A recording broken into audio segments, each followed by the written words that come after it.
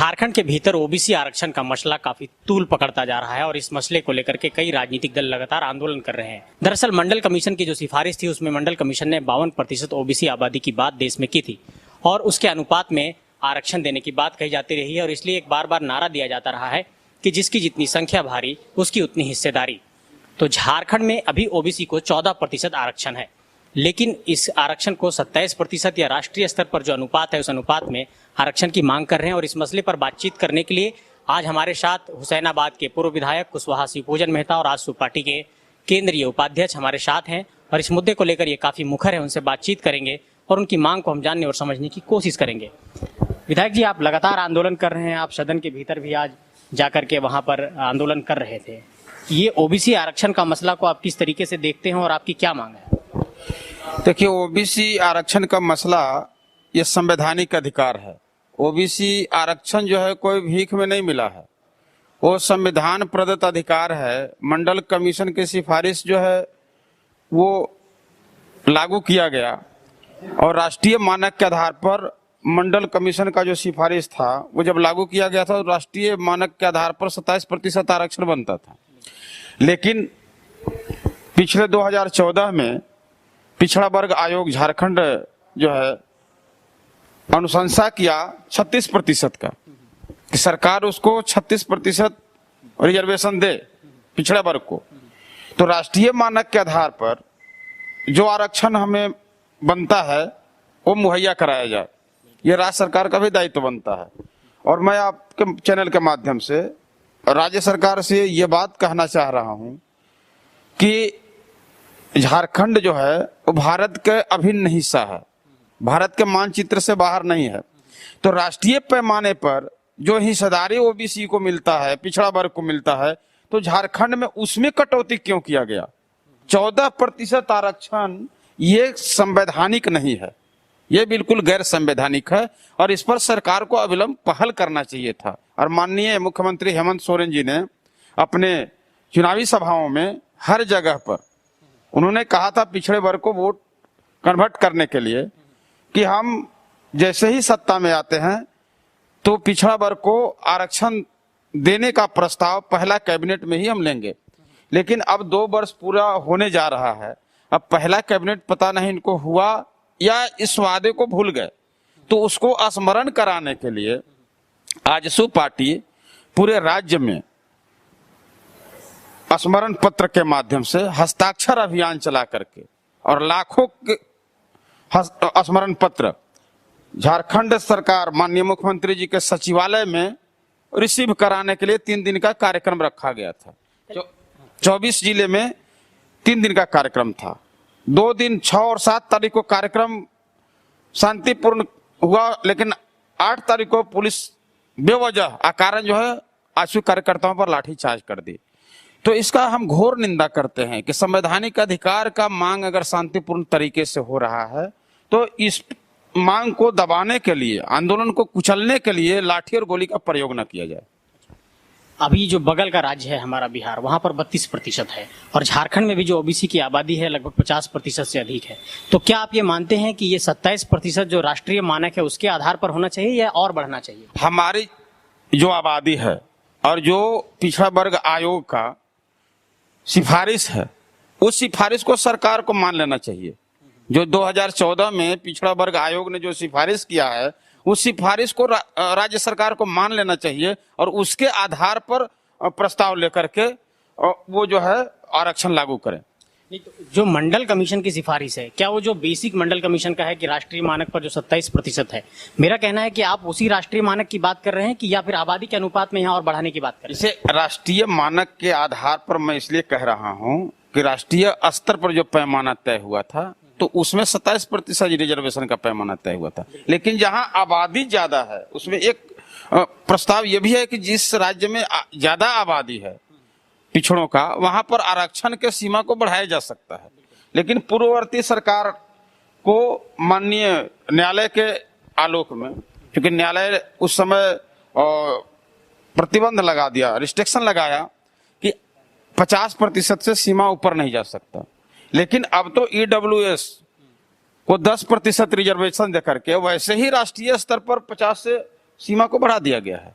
तो 60% ऐसे ही हो गया है यहाँ पर। तो अब ये बाध्यता नहीं है, उसमें माननीय न्यायालय का हस्तक्षेप नहीं है। जब ईडब्ल्यूएस को आरक्षण देने में हस्तक्षेप नहीं आया तो पिछड़े वर्ग को आरक्षण देने में माननीय न्यायालय को कैसे हस्तक्षेप करना है?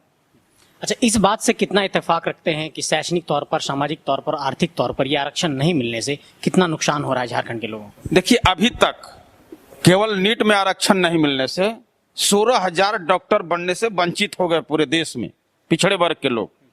आज पिछड़ा वर्ग को जब से नीट लागू हुआ 16,000 डॉक्टर पिछड़ा वर्ग के नहीं बन पाए। तो ये सबसे बड़ा एक स्तर पर नुकसान है। इस तरह के कई फैकल्टी है जिसमें पिछड़े वर्ग को नुकसान हो रहा है।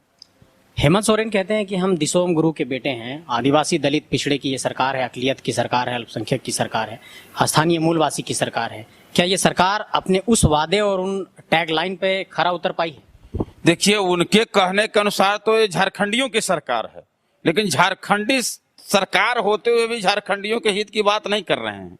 अभी इन्होंने कहा स्थानीय नीति बनाएंगे, नियोजन नीति बनाएंगे, और बिना स्थानीय और नियोजन नीति बनाए ही, बिना आरक्षण रोस्टर को क्लियर किए हुए ये 2021 को नियुक्ति का वर्ष घोषित कर दिए। तो हम तो समझ नहीं पा रहे हैं इनके सोच को, कैसे ये नियुक्ति का वर्ष घोषित कर दिए। अब इस 2021 में महज 3 महीने ही और शेष रह गए हैं। तो इस 3 महीने में कितने पद को भर पाएंगे? अब अभी तक इनका नियोजन नीति और जो है स्थानीय नीति परिभाषित नहीं हो पाया है, तो फिर कैसे नियुक्ति का वर्ष ये घोषित कर? आज आप विधानसभा के परिसर में आरक्षण के मसले को लेकर आंदोलन कर रहे थे, वहां धरने पर बैठे थे, क्या कुछ वहां पर संज्ञान लिया गया सदन के भीतर? देखिए, माननीय विधानसभा अध्यक्ष आदरणीय श्री रविंद्र कुमार महतो जी के द्वारा आसन के तरफ से यह निर्देश हुआ कि माननीय पूर्व विधायक शिवपूजन मेहता धरने पर बाहर बैठे हुए हैं, इसलिए 3 विधायक बिरंची नारायण जी, लंबोदर महतो जी और श्री लेविन हेम्ब्रम जी, तीनों को कहा गया कि आप उनको धरना से आप उठने के लिए आग्रह करें। झारखंड में जब हेमंत सोरेन की सरकार आई थी तो जिस तरीके से अभी आप कह रहे थे, उन्होंने कहा था कि नियुक्ति वर्ष, 5 लाख नौकरी, बेरोजगारी भत्ता, और जहां वो शपथ लेते हैं वहीं पर वो अपने युवा लोगों पर लाठीचार्ज करा देते हैं मोराबादी के मैदान में, और ठीक विधानसभा के सामने भी हाई स्कूल के भी अभ्यर्थी धरने पर बैठे हैं। इन सारे मसलों को किस तरीके से देखते हैं? देखिए, सरकार अगर लाठी गोली के बल पर आवाज को दबाना चाहती है तो झारखंड की जनता अब जाग चुकी है, और झारखंड की जनता अपना भला और बुरा अच्छी तरह से समझ रही है।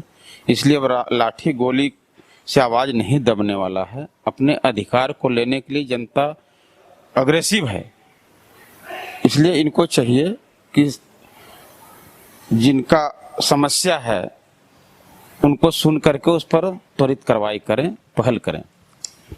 इस मांग को लेकर अभी आप लोग सड़क पर दिखाई दिए हैं, ये आंदोलन कितने दिनों तक चलेगा? ये आंदोलन जब तक पिछड़े वर्ग को आरक्षण का समुचित लाभ नहीं मिल जाता है, आरक्षण की व्यवस्था नहीं हो जाती है, तब तक ये आंदोलन चलेगा। पिछड़ों के साथ हकमारी हो रहा है। 14% आरक्षण ये कहाँ का न्याय है? क्या झारखंड भारत के मानचित्र से बाहर है?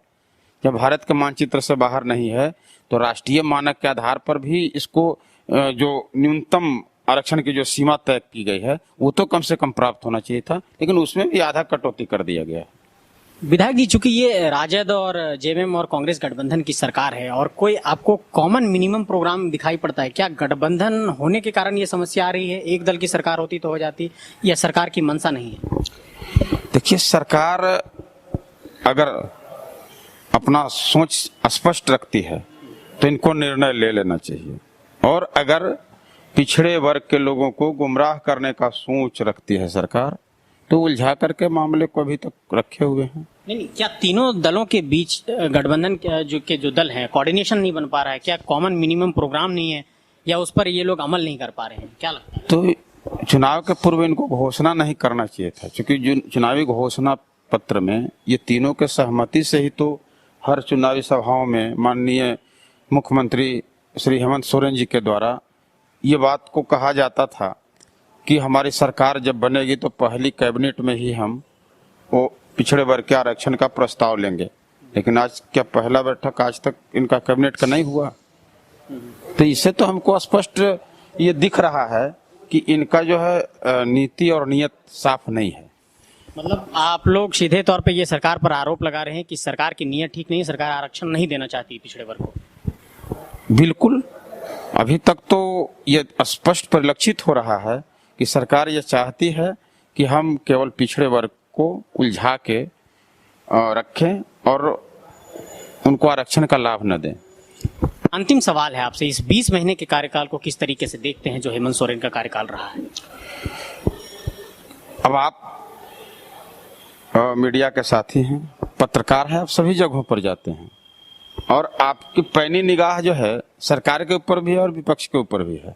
आपको तो भी ये परिलक्षित हो रहा होगा कि सरकार किस किस मुद्दे पर सफल है। आप बताएं, कोई भी अनुबंध कर्मी को क्या नियमित कर पाए? जो भी अनुबंध कर्मी हैं आज सड़क पर आकर के वो अपना आंदोलन कर रहे हैं, तो उनको अभी तक नियमित नहीं कर पाए। आप जो है स्थानीय नीति को परिभाषित नहीं कर सके, नियोजन नीति को परिभाषित नहीं कर सके, नई वैकेंसी नहीं निकाल सके आप अभी तक, और पिछड़ों को जो आरक्षण देने की बात आपके द्वारा कहा गया था उसको पूरा नहीं कर सके, तो किस तरह से हम इनको बोले कि सरकार सफल चला रही है, सरकार का कार्यकाल बिल्कुल सफल रहा है? ये तो हर पहलू पर ये फिसडी साबित हो रहे हैं, असफल साबित हो रहे हैं। आज तक का जो अभी तक का इनका कार्य जो है उसको अगर अवलोकन किया जाए तो स्पष्ट हो रहा है कि सरकार किसी भी बिंदु पर सफल नहीं हो पा रही है। तो दरअसल मंडल कमीशन की यह सिफारिश थी कि देश में अत्यंत पिछड़े वर्ग की आबादी, ओबीसी की आबादी लगभग 52% है और इस तरीके से राष्ट्रीय मानक के आधार पर ओबीसी का आरक्षण 27% बनता है और यह 27% आरक्षण जब राष्ट्रीय मानक पर लागू है तो क्यों नहीं ओबीसी का आरक्षण झारखंड के भीतर भी 27% राष्ट्रीय मानक के आधार पर हो? आखिर झारखंड में ये आरक्षण 14% क्यों है और आखिर क्यों ये सरकार ओबीसी के हक को मार रही है? और जिस तरीके से विधायक जी ने साफ तौर पर कहा कि नीट में जो ओबीसी आरक्षण का मसला था उससे हमारे 16,000 अभ्यर्थी डॉक्टर बनने से चूक गए, तो कहीं ना कहीं जो कॉन्स्टिट्यूशन के भीतर जो संविधान के भीतर जो समानता की बात है, जो आरक्षण के मसले की बात है, वो आरक्षण नहीं मिलने के कारण ओबीसी वर्ग के अंदर एक आक्रोश है और इसी आक्रोश का एक प्रतिनिधित्व कह सकते हैं कि विधायक जी कर रहे हैं और लगातार सड़क पर आंदोलन करते हुए दिखाई पड़ रहे हैं और इनकी पार्टी आजसू पार्टी भी लगातार सड़क पर दिखाई पड़ रही है और सड़क पर इस मांग को लेकर आंदोलन कर रही है। आगे देखते हैं झारखंड सरकार इस मसले पर क्या निर्णय लेती है। हम आपको लगातार अपडेट देते रहेंगे। तब तक के लिए जोहार।